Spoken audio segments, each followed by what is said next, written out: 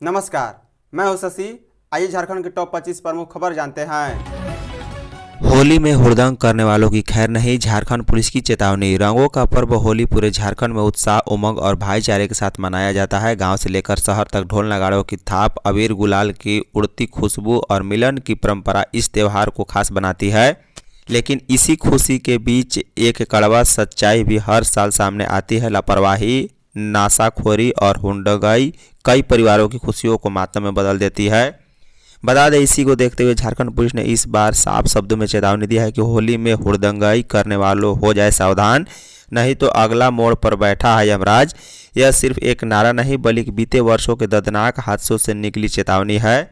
जानकारी के अनुसार होली के दिन और उसके आसपास 2 दिन पहले और 1 दिन बाद भी सड़क दुर्घटनाओं और हिंसक घटनाओं में चिंताजनक वृद्धि दर्ज की गई।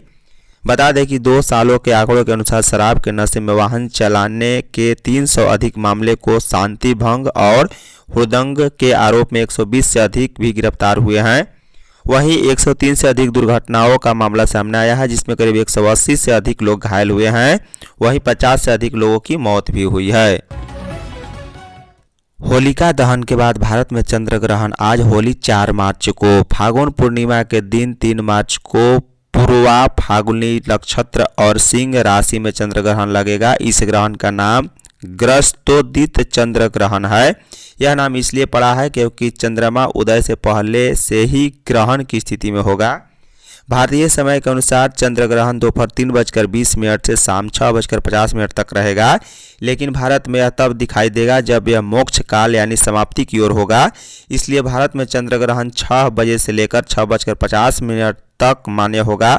ग्रहण की कुल अवधि 1.5 घंटे की होगी। बता दें, भारत में चंद्र ग्रहण दिखने के कारण यहाँ सूतक भी मान्य होगा। सूतक काल 9 घंटा पहले लग जाएगा, जिसके कारण सुबह 9 बजे के बाद सभी मंदिरों के पट बंद कर दिए जाएंगे और शाम 6:50 के बाद पुनः खोले जाएंगे। चंद्र ग्रहण लगने के कारण सूतक 9 घंटा पहले लग जाएगा। ऐसे में इस दिन पूजा पाठ और रंग खेलना वर्जित रहेगा। इसलिए होली 3 मार्च की जगह पर अब 4 मार्च को मनाया जाएगा। झारखंड के 18 जिलों में हाथियों के लिए खोले जाएंगे रेस्क्यू सेंटर। झारखंड के 18 वन जिलों में हाथियों का विचरण होता है। पिछले 6 महीने में हाथियों का मानव के साथ संघर्ष भी बढ़ा है और इसमें 25 से अधिक लोगों की जान गई है। सप्ताह भर पहले झुंड से बिछड़ा एक हाथी तो रांची में विधानसभा से 3 किलोमीटर की दूरी तक पहुंच गया था। अब वन विभाग ने इन 18 जिलों के वन प्रमंडलों में एलिफेंट रेस्क्यू सेंटर बनाने का निर्णय लिया है। बता दें कि 4 से अधिक रेस्क्यू सेंटर हाथियों के मूवमेंट पर नजर रखेंगे। प्रधान मुख्य वन संरक्षक ने राज्य में 680 से अधिक हाथियों के रहने की जानकारी दी है। उनकी सुरक्षा के साथ उनके कॉरिडोर को निर्बाध बनाने की तैयारी भी वन विभाग ने की है। इसके साथ ही सभी रेस्क्यू सेंटर पर क्विक रिस्पॉन्स टीम की तैनाती होगी। टीम में हाथी को ट्रैंकुलाइज करने का भी सामान रहेगा। झारखंड में अप्रैल से मतदाता सूची का विशेष गहन पुनरीक्षण। झारखंड में मतदाता सूची को पूरी तरह अद्यतन और त्रुटि रहित बनाने के लिए विशेष गहन पुनरीक्षण SIR अप्रैल 2026 से शुरू होने जा रहा है। भारत निर्वाचन आयोग ने राज्य के मुख्य निर्वाचन पदाधिकारी को सभी तैयारियां जल्द से जल्द पूरी करने का निर्देश दिए हैं। मुख्य निर्वाचन पदाधिकारी के रवि कुमार के अनुसार SIR की प्रक्रिया अप्रैल से शुरू होगी और इसमें लगभग 3 महीने का समय लगेगा। 11 मार्च तक तैयारियों को अंतिम रूप दिया जाएगा, जिसके बाद गणना चरण शुरू होगा, जिसमें मतदाताओं को गणना फॉर्म भरना होगा। वहीं फॉर्म में नागरिकता, पहचान, निवास और अन्य प्रमाण पत्र जमा करने होंगे। आधार कार्ड अकेले नागरिकता का प्रमाण नहीं माना जाएगा। बता दें कि राज्य में फिलहाल कुल 2.65 करोड़ मतदाता है, जिनमें से 1.95 करोड़ की 2003 की पुरानी सूची में मैपिंग पूरी हो चुकी है। वहीं SIR के दौरान 21,736 से अधिक कैंप लगाए जाएंगे। खासकर बुजुर्गों, कमजोर वर्गों और ग्रामीण क्षेत्रों के मतदाताओं की सुविधा के लिए यह सुविधा होगी। होली पर धनबाद को 7 जोन में बांटकर तैनात किए गए चप्पे चप्पे पर पुलिस। होली का त्यौहार हर जगह शांतिपूर्ण, सौहार्दपूर्ण और सुरक्षित माहौल में संपन्न हो, इसे लेकर धनबाद जिला प्रशासन पूरी तरह मुस्तैद है। इसके लिए पूरा प्लान कर लिया है, जिससे उपायुक्त सह जिला दंडाधिकारी आदित्य रंजन, वरीय पुलिस अधीक्षक प्रभात कुमार एवं ADM law and order Hema Prasad ने संयुक्त आदेश जारी कर दिया है। जारी आदेश के अनुसार होली के दौरान धनबाद को 7 जोन कतरास, धनबाद, चिरकुंडा, तोपचांची, झरिया, गोविंदपुर एवं टुंडी में बांटा गया है। सभी जोन में जोनल दंडाधिकारी और पुलिस पदाधिकारी की तैनाती की गई है। जिले के सभी थाना और ओपी में दंडाधिकारी के साथ पुलिस पदाधिकारी भी तैनात रहेंगे। झारखंड मौसम 6 से लेकर 8 मार्च तक आंशिक बादल के आसार। झारखंड की राजधानी रांची सहित राज्य के विभिन्न जिलों में 6 से लेकर 8 मार्च तक आंशिक रूप से बादल छाए रहने की संभावना है। मौसम विभाग के अनुसार बादल छाने के कारण अधिकतम तापमान में हल्की कमी आ सकती है। मौसम विभाग ने सोमवार को बताया है कि उत्तर पूर्वी बांग्लादेश और उससे सटे मेघालय क्षेत्र से लेकर विदर्भ होते हुए पश्चिमी बंगाल के गंगा नदी से जुड़े इलाके, उड़ीसा के आंतरिक हिस्से और दक्षिणी छत्तीसगढ़ तक निम्न दबाव का क्षेत्र बना हुआ है।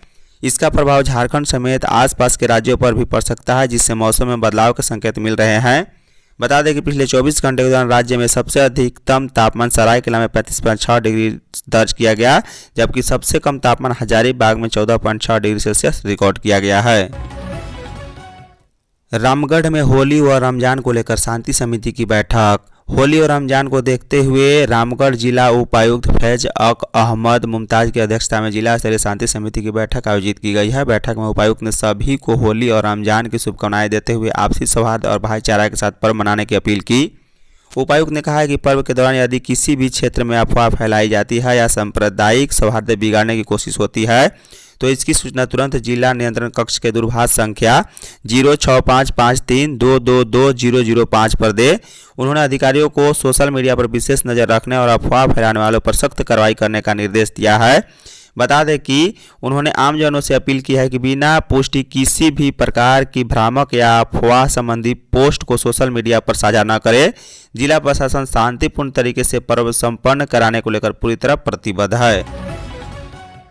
रांची के रातू में हाथी ने एक व्यक्ति को मार डाला, एक घायल। झारखंड के रांची जिले में सोमवार को एक जंगली हाथी ने एक व्यक्ति को कुचलकर मार डाला है। पुलिस ने यह जानकारी दी है। यह घटना राजधानी रांची से लगभग 18 किलोमीटर दूर रातू पुलिस थाना क्षेत्र के चित्रकोटा गांव की है।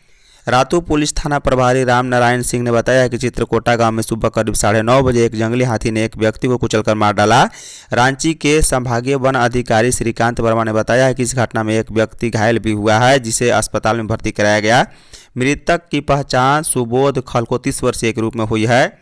बता दें कि वन विभाग के अधिकारियों ने बताया है कि घटना के तुरंत बाद वन विभाग की टीम ने गांव का दौरा किया और मृतक के परिवार को तत्काल राहत के रूप में 25,000 रुपये सौंपे हैं। कुछ औपचारिक प्रक्रियाओं के बाद परिवार को पूरी मुआवजा राशि दी जाएगी।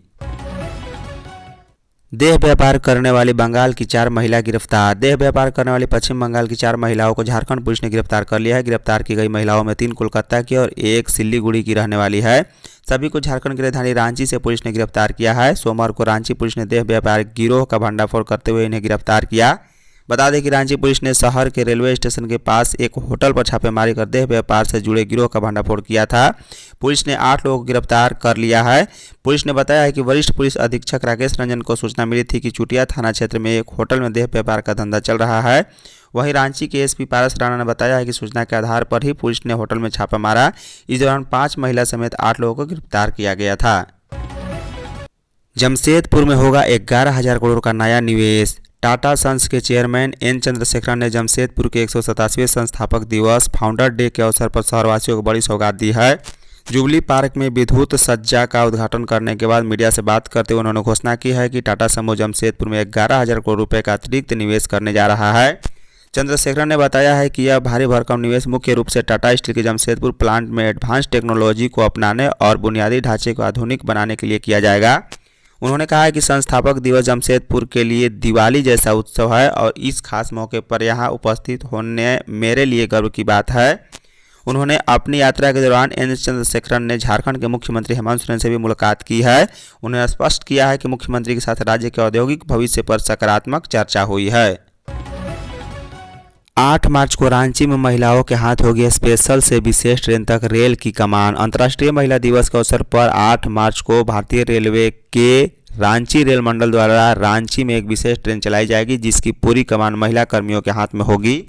रांची इरगांव मेमू पैसेंजर का संचालन पूरी तरह महिलाओं द्वारा किया जाएगा। ट्रेन सुबह 8:55 पर रांची रेलवे स्टेशन के लोहरदगा प्लेटफॉर्म से रवाना होगी। ट्रेन की लोको पायलट महिला होंगी और महिला गार्ड हरी झंडी दिखाकर इसे प्रस्थान कराएंगी। बता दें कि लोहरदगा पुल में दरार आने के कारण इस रूट पर ट्रेन का परिचालन प्रभावित है। पहले यह ट्रेन टोरी तक चलती थी, लेकिन वर्तमान परिस्थितियों को देखते हुए इसे इरगांव तक ही सीमित रखा गया है। रेल प्रशासन का कहना है कि सुरक्षा मानकों को प्राथमिकता देते हुए ही यह निर्णय लिया गया है। देवघर में बाबा के मस्तक पर चंद्रमा होने से सूतक काल का प्रभाव नहीं। होली के समय चंद्रग्रहण लग रहा है। यह चंद्रग्रहण 3 मार्च मंगलवार की शाम 5:47 से 6:48 तक होगा। बाबा मंदिर का पट शाम 4 बजे ही बंद कर दिया जाएगा। ई स्टेट पुरोहित के अनुसार बाबा के मस्तक पर चंद्रमा विराजमान होने के कारण यहाँ सूतक काल का प्रभाव नहीं पड़ता है। चंद्र ग्रहण समाप्त होने के बाद स्नान कराने और मंदिर की शुद्धि के पश्चात शाम करीब 7:30 बजे श्रृंगार पूजा के बाद कपाट दोबारा खोला जाएगा। बता दें, इस दुर्लभ संयोग और विस्तारित उत्सव को लेकर बाबा नगरी में उत्साह का माहौल है। श्रद्धालु भी इस ऐतिहासिक होली की साक्षी बनने को काफ़ी उत्सुक हैं, जहां आस्था, परंपरा और ज्योतिषीय संयोग का अनूठा संगम उन्होंने देखने को मिलता है। चतरा में मुरैनवा घाटी में बस पलटने से 6 यात्री घायल। चतरा डोभी मुख्य मार्ग स्थित विशिष्ट नगर थाना क्षेत्र के मुरैनवा घाटी में छत्तीसगढ़ रायगढ़ से गया जी जा रही बस बदन अनियंत्रित होकर पलट गई। हादसे में 6 यात्री घायल हो गए, जिनमें से एक की हालत गंभीर बताई जा रही है। सदर अस्पताल में प्राथमिक उपचार के बाद उसे बेहतर इलाज के लिए हजारीबाग मेडिकल कॉलेज रेफर कर दिया गया। प्रत्यक्षदर्शियों के अनुसार बस जैसे ही सघरी घाटी के तीखे मोड़ पर पहुंची, बस का टायर अचानक फट गया, जिससे चालक अपना नियंत्रण खो बैठा और बस सड़क किनारे पलट गई। बस के पलटते यात्रियों में चीख पुकार मच गई। आसपास के ग्रामीणों ने तत्परता दिखाते हुए राहत बचाव कार्य शुरू कर दिया और पुलिस को सूचना दी थी। सूचना मिलते ही वशिष्ठ नगर जोरी थाना पुलिस मौके पर पहुंची और स्थानीय लोगों के सहयोग से घायलों को बाहर निकाला। सभी घायलों को एम्बुलेंस के माध्यम से सदर अस्पताल भेजा गया है। पाकुड़ से लापता हुई किशोरी की हत्या। पाकुड़ के हिरणपुर थाना की पुलिस ने रविवार को 10 दिन से लापता 17 साल की किशोरी का शव गेहूं के खेत में सड़ी गली अवस्था में बरामद किया था। किशोरी की हत्या की गई थी। पाकुड़ अस्पताल ने शव को पोस्टमार्टम के लिए दुमका भेज दिया। सोमवार को अस्पताल के डॉक्टर ने पोस्टमार्टम कर शव को स्वजन के सुपुर्द कर दिया है। मृतक का हिरणपुर के मुर्गा डांड की रहने वाली थी। घर वालों ने बताया कि किशोरी 10 दिन से लापता था और काफ़ी तलाश करने के बाद भी उसका पता नहीं चला। रविवार को पता चला कि हिरणपुर थाना की पुलिस ने मुर्गा डंड में गेहूं के खेत से शव बरामद किया है। थाना जाकर शव की शिनाख्त की। वहीं साथ आई पुलिस का कहना था कि खेत में जांच करने के बाद ऐसा कुछ नहीं पता चला है कि उसकी हत्या यहां पर की गई है। चतरा में होलिका दहन की लकड़ी बताती है कैसा रहेगा साल। झारखंड के चतरा जिले में इटखोरी प्रखंड के बाभन टोला स्थित खैरा गांव में होलिका दहन की परंपरा करीब 200 वर्षों से चली आ रही है। हर वर्ष यहां होलिका दहन का आयोजन पूरे विधि विधान और श्रद्धा के साथ किया जाता है, जिसे देखने के लिए आसपास के गांवों से बड़ी संख्या में लोग पहुंचते हैं। बता दें कि इस होलिका दहन की खास बात यह है कि जलती हुई होलिका की मुख्य लकड़ी किस दिशा में गिरती है, उसके आधार पर आने वाले साल की स्थिति का आकलन किया जाता है। स्थानीय पंडितों और बुजुर्गों के अनुसार यदि लकड़ी उत्तर दिशा में गिरती है तो इसे शुभ संकेत माना जाता है, जिससे अच्छी बारिश और बेहतर फसल की संभावना जताई जाती है। वहीं लकड़ी के दक्षिण दिशा में गिरने को कठिन समय और कम वर्षा का संकेत माना जाता है। गांव के बुजुर्ग बताते हैं कि यह परंपरा पीढ़ियों से चली आ रही है और आज भी लोगों की आस्था इससे गहराई से जुड़ी हुई है। गोड्डा में दिनदहाड़े बैंक लूट का प्रयास, गार्ड को लगी गोली। गोड्डा के महंगामा अनुमंडल मुख्यालय में सोमवार को दिनदहाड़े बैंक लूटने का प्रयास किया गया है। महंगामा के केचुआ चौक स्थित बैंक ऑफ इंडिया शाखा में हथियारों से लैस बदमाशों ने कैश काउंटर लूटने की कोशिश की। बैंक में तैनात सुरक्षा गार्ड ने बदमाशों के मंसूबे पर अपनी पानी फेर दिया है। हालांकि इस क्रम में गार्ड को बदमाशों ने 2 गोली मारी, जो उनके कंधे को छूकर निकल गई। बैंक में अफरा तफरी मच गई। शाखा प्रबंधक ने तब सूझबूझ का परिचय देते हुए बैंक का इमरजेंसी अलार्म बजा दिया। इससे लुटेरे भयभीत होकर वहां से भाग निकले। महंगामा में दिन दहाड़े फायरिंग की घटना से दहशत का माहौल है। बैंक के सुरक्षा गार्ड 50 वर्षीय विनोद सिंह को गोली लगने के बाद तत्काल उन्हें महंगामा रेफरल अस्पताल में भर्ती कराया गया, जहां उनका इलाज जारी है।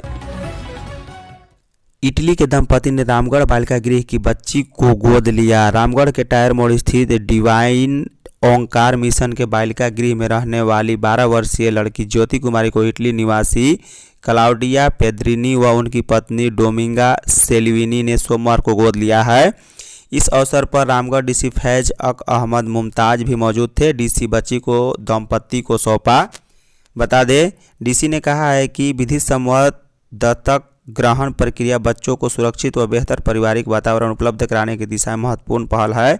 मौके पर डीडीसी आशीष अग्रवाल और गोपनीय प्रभारी रविंद्र कुमार गुप्ता, सहायक निदेशक सामाजिक सुरक्षा शंकर प्रसाद और जिला बाल संरक्षण पदाधिकारी शांति बांगे, विधि सह परिवीक्षिका पदाधिकारी रंजीत कुमार साहू सहित अन्य संबंधित अधिकारी व डिवाइन ओंकार मिशन के कर्मी भी उपस्थित थे।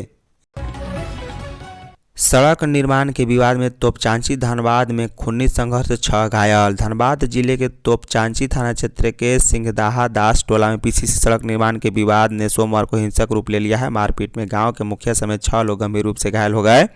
आनंद फानन में सभी घायलों को इलाज के लिए धनबाद अस्पताल में भेजा गया। मिली जानकारी के अनुसार शमशान घाट जाने वाले रास्ते पर विधायक मद से पीसीसी सड़क निर्माण का कार्य चल रहा था। इसी दौरान जमीन संबंधी विवाद को लेकर 2 पक्षों के बीच कहासुनी शुरू हो गई, जो देखते ही देखते मारपीट में बदल गई। आरोप है कि सुनील दास कहीं जा रहे थे, तभी बस्ती के अशोक दास, देवाशीष दास व धनकिशोर दास ने परिजनों के साथ मिलकर उन्हें रास्ते में घेर लिया और लोहे की रॉड व चाकू से हमला कर दिया। हमले में सुनील दास गंभीर रूप से घायल हो गए और शोर सुनकर जब उनके परिजन मौके पर पहुंचे तो हमलावरों ने उन पर भी रॉड व चाकू से वार कर दिया था। झारखंड में आदर्श चुनाव आचार संहिता समाप्त। शहरी स्थानीय निकायों में चुनाव के मद्देनजर झारखंड में लागू आदर्श चुनाव आचार संहिता आज से समाप्त हो गया है। राज्य निर्वाचन आयोग ने इससे संबंधी आदेश जारी कर दिया है। राज्य निर्वाचन आयोग द्वारा जारी आदेश में कहा गया है कि नगरपालिका चुनाव 2026 की घोषणा 27 जनवरी 2026 को की गई थी। चुनाव की घोषणा के साथ ही नगरपालिका चुनाव से जुड़े 48 क्षेत्र में आदर्श चुनाव आचार संहिता लागू हो गया था। चुनाव परिणाम की घोषणा के बाद 2 मार्च 2026 से आदर्श चुनाव आचार संहिता समाप्त हो गया है।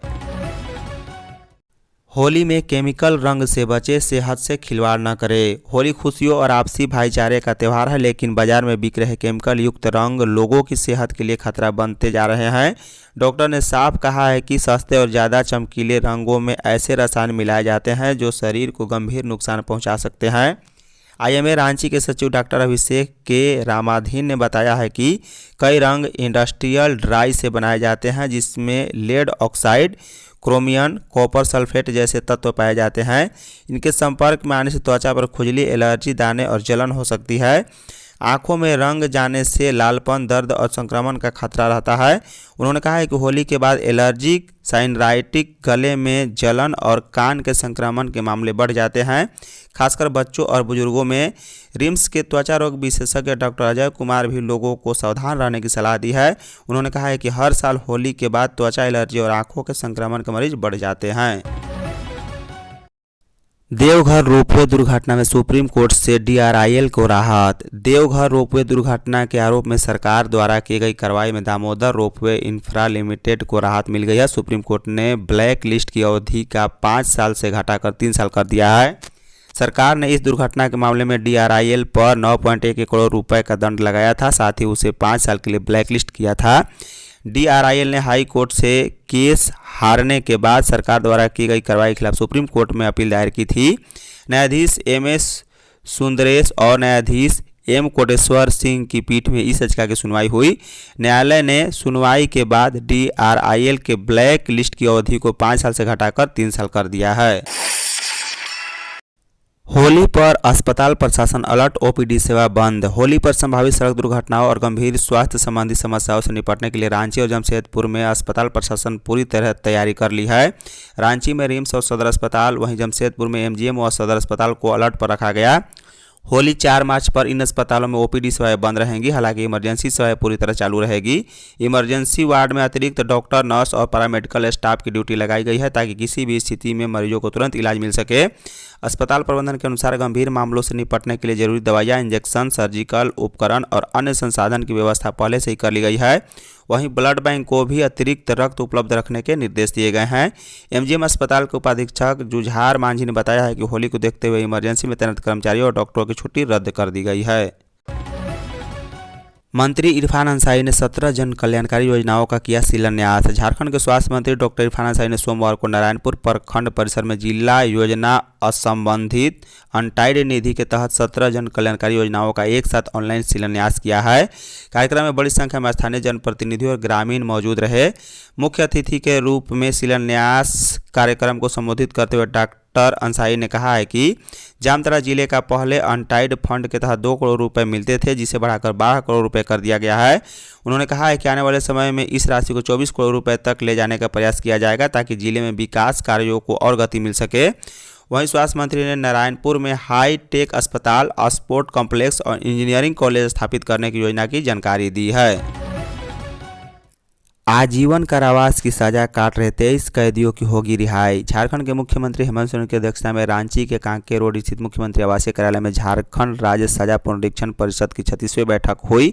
इस बैठक में राज्य के विभिन्न कारागारों में आजीवन सजा काट रहे 23 कैदियों को रिहा किए जाने पर सहमति बनी। बैठक में राज्य सजा पुनरीक्षण परिषद द्वारा अनुशंसित नए मामलों के साथ साथ पिछली वर्षों की बैठक में रिहाई से संबंधित अस्वीकृत किए गए 34 मामलों की भी गहन समीक्षा की गई। मुख्यमंत्री हेमंत सोरेन ने आजीवन सजा काट रहे 34 कैदियों की रिहाई प्रस्ताव पर बिंदुवार गहन विचार विमर्श किया और अंततः 23 कैदियों की रिहाई पर सहमति कर दी गई है।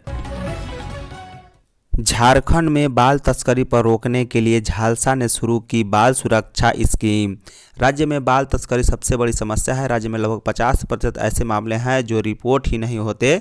ऐसे में उन बच्चों को ढूंढना काफ़ी मुश्किल हो जाता है। उन बच्चों के माता पिता भी हार मान लेते हैं, लेकिन अब झालसा की ओर से ऐसी पहल की जा रही है ताकि बच्चों को तस्करी से बचाया जा सके। इसके लिए झालसा की ओर से बाल सुरक्षा योजना चलाई जा रही है। दरअसल झालसा ने अपनी PLV के जरिए इसको लेकर राज्य में एक सर्वे कराया था, जिसमें पता चला है कि बच्चे के गायब होने के आधे मामले में पुलिस तक नहीं पहुंच पाते। जो पहुंचते भी हैं उनकी जांच सही तरीके से नहीं होती। इसको देखते हुए झालसा के कार्यकारी अध्यक्ष जस्टिस SN प्रसाद ने बच्चों की सुरक्षा और संरक्षण के लिए योजना बनाने का निर्देश दिया था, जिसके बाद झालसा इसके लिए अपने PLV के जरिए राज्य के बच्चों का रिकॉर्ड बनाया रहा है ताकि उसकी लगातार निगरानी की जा सके। धन्यवाद।